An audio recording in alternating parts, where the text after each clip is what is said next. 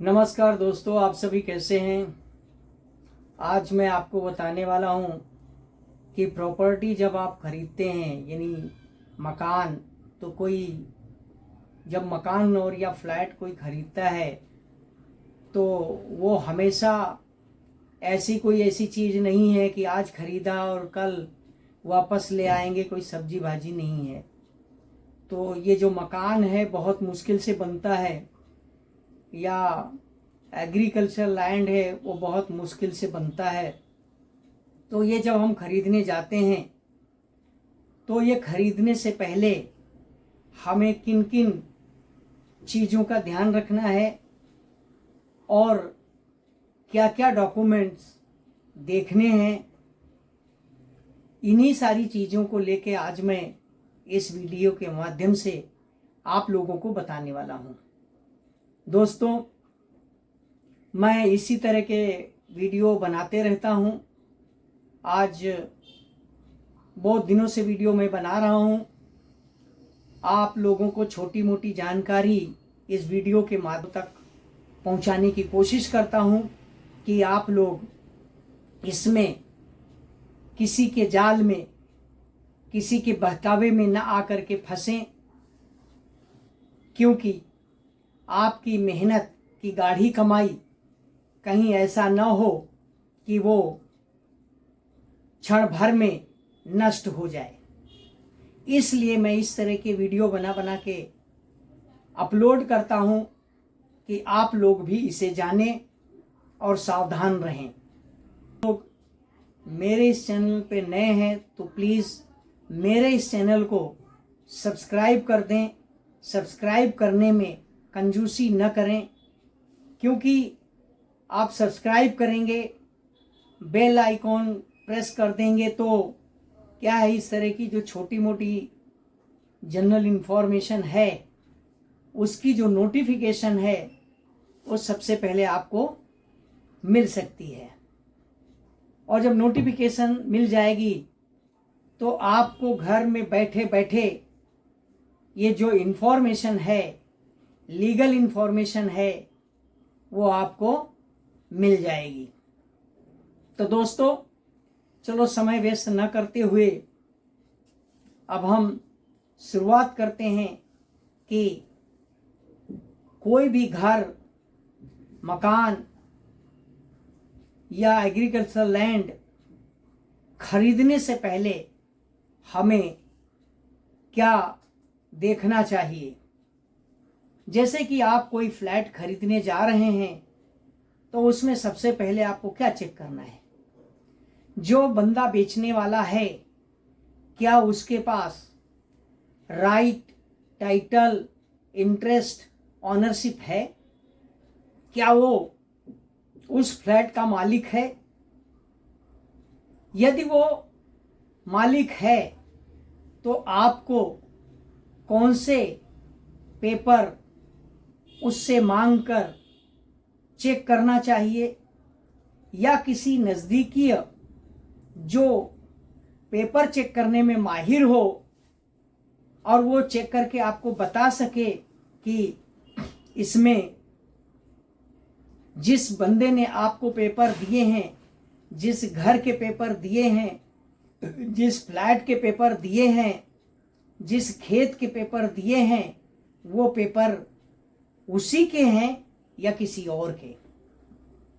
यदि आप नहीं उसे सर्च कर पा रहे हैं, नहीं समझ पा रहे हैं, या नहीं समझ पा रहे हैं चेक कैसे करें, तो आप अपने किसी नज़दीकी जो उसके बारे में नॉलेज रखता हो उससे आप जो है पढ़वा सकते हैं, पूछ सकते हैं, और फिर आप जो है आपका जो पैसा लगने वाला है उस मकान पे, उस फ्लैट पे या उस खेत पे, वो आपका पैसा सुरक्षित और सही ढंग से लग सकता है। यदि आपने ये जो डॉक्यूमेंट हैं कि भाई वो ऑनर है या नहीं है, उसका वो मालिक है या नहीं है, तो आप जो है फंस सकते हैं। हो सकता है कि वो जो बंदा जगह बेच रहा है वो किसी और की हो, वो फ्लैट किसी और का हो, वो घर किसी और का हो, लेकिन जो बेच रहा है वो ये कह के बेच रहा है कि भाई ये जो घर, फ्लैट, खेत जो है वो बेचने वाले का है। तो इसको आपको पहले पता लगाना है। तो अब कैसे पता लगाएंगे? जो बेचने वाला है सबसे पहले उससे डिमांड ये कीजिए, पहले ये पूछिए कि भाई ये जो जगह है, ये जो फ्लैट है, ये जो घर है, ये आपका खुद का है, पुश्तैनी है, या फिर आपने किसी से खरीदा है? तो वो कहेगा कि नहीं भाई हमने किसी और से खरीदा है। तो आप उससे वो डॉक्यूमेंट सबसे पहले मांगिए जिससे उसने खरीदा है वो, और इसने जो खरीदा है वो डॉक्यूमेंट, जिसमें जिस बंदे ने बेचा है वो बंदा बेच के इनके नाम से सेल डीड के माध्यम से उसे रजिस्टर करा के अपना घर, मकान, फ्लैट, खेत ट्रांसफर करके गया है। तो वो डॉक्यूमेंट जो इन्होंने उसके साथ में बनाए वो, और जो सामने वाले बंदे ने जिससे खरीदा है वो डॉक्यूमेंट आपको मांगना है। यदि ये डॉक्यूमेंट आप मांगते हैं और वो डॉक्यूमेंट देता है, आप अगर वेरीफाई नहीं कर पा रहे हैं तो आप किसी से वेरीफाई करवा लीजिए। और यदि वो ये डॉक्यूमेंट देने में आनाकानी करता है, और यदि वो पुश्तैनी जमीन है या वो लीज की जमीन है, तो पुश्तैनी जो जमीन है वह बंदा पुश्तैनी जमीन अकेले उस घर में, और यदि और भी मेंबर हैं तो बाकी के मेंबरों की सहमति के बगैर ये बंदा आपको पुश्तैनी जमीन भी बेच नहीं सकता है, क्योंकि वो फुल मालिक नहीं है। फुल मालिक का मतलब ये कि उसके पास टाइटल है। यदि उसके पास टाइटल है तो उसके पास ऑनरशिप है। यदि उसके पास ऑनरशिप है, उस ऑनरशिप पे उसका राइट भी है और इंटरेस्ट भी है। तो यदि ये सारी चीजें हैं तो ही वो बंदा आपको बेच सकता है। यदि इनमें से कुछ भी कम है, समझिए वो सिर्फ पोजीशन में है, वो उसमें रह रहा है, वो इंजॉयमेंट कर रहा है, रह रहा है, सारी चीज है, लेकिन वो जो प्रॉपर्टी है वो उसकी नहीं है, वो प्रॉपर्टी किसी और की है। वो किसी और ने इस बंदे को 99 साल के लिए, 10 साल के लिए जो भी है लीज पे दी हुई है, तो वो 10 साल के लिए या 99 ईयर्स के लिए सिर्फ वो यूज कर सकता है, उसमें रह सकता है। हालांकि वो बंदा उस प्रॉपर्टी को बेच नहीं सकता है। लीज होल्ड प्रॉपर्टी जो बंदा लीज पे रह रहा है वो बेच नहीं सकता है, क्योंकि उसके पास full right, title, interest and ownership नहीं है। तो क्या जो बंदा जिसका राइट, टाइटल, इंटरेस्ट है, तो क्या वो बेच सकता है? वो भी नहीं बेच सकता है। क्यों? क्योंकि वो 10 साल के लिए लीज पे दे दिया है। तो पोजीशन में जो बंदा है उसका पोजीशन और इंजॉयमेंट, उस पे जो जगह को यूज करने का उसका अधिकार है वो 10 साल या 99 साल के लिए है। उसी तरह से जो बेचने वाला है कि वो सोचे कि मैं लीज पे दे दिया हूं और फिर मैं किसी को इस जो मेरा राइट, टाइटल, इंटरेस्ट है वो मैं किसी को बेच देता हूं।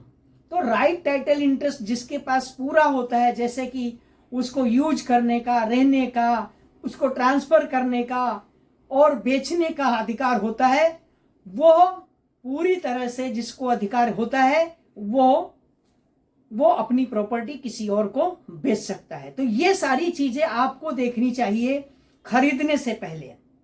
यदि उसके पास फुल राइट, टाइटल, इंटरेस्ट है तभी आप कोई भी घर, मकान, खेत आप उससे खरीद सकते हैं।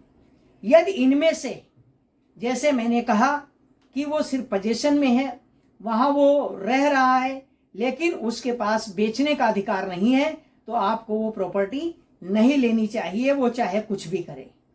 तो आपके पास यदि उस बेचने वाले के व्यक्ति के पास यदि राइट टाइटल इंटरेस्ट और ऑनरशिप है, फुल है, जो उसका पूरा अधिकार है, तभी आप वो प्रॉपर्टी खरीदिए। दूसरी चीज, जैसे मैंने कहा कि यदि वो एंसेस्ट्रल प्रॉपर्टी है, पूर्वजों की प्रॉपर्टी है, तो कोई भी एक व्यक्ति उस प्रॉपर्टी को बेच नहीं सकता है, राइट टाइटल इंटरेस्ट और ऑनरशिप को ट्रांसफर नहीं कर सकता है। वो सिर्फ अपना ही हिस्सा, समझो उसके पास 25% का शेयर उसके अंदर है, तो वो वही बेच सकता है, लेकिन वो भी कब, जब उसमें पार्टीशन डीड हो चुकी हो। यदि पार्टीशन डीड नहीं हुई है मेंबरों के अंदर, तो फिर जो है वो नहीं बेच सकता है, क्योंकि वो जो 25% कहाँ उसकी जगह है, कहाँ पे आएगी, ये अभी उसको पता नहीं है। लेकिन वो सिर्फ 25% का जो है हकदार है, मालिक है, उसके पास उसका राइट है, उसके पास उसकी ऑनरशिप है, और वो राइट टाइटल इंटरेस्ट जो है उसे डिस्पोज ऑफ कर सकता है, लेकिन कब, पार्टीशन डीड होने के बाद। तो दोस्तों, इस वीडियो में दी गई जानकारी आपको कैसी लगी, आपका इस पे क्या कहना है, कमेंट बॉक्स में कमेंट करके जरूर डालिए, और मेरे इस वीडियो को लाइक कर दीजिए, शेयर करिए अपने दोस्तों में जिनको भी इस तरह की नॉलेज की ज़रूरत है। और मैं फिर से एक बार कहूँगा, प्लीज़ मेरे इस चैनल को सब्सक्राइब कर लीजिए और बेल आइकॉन जरूर प्रेस कर दीजिए, ताकि आने वाली हर छोटी मोटी जानकारी की नोटिफिकेशंस सबसे पहले आपको मिले। थैंक यू, धन्यवाद।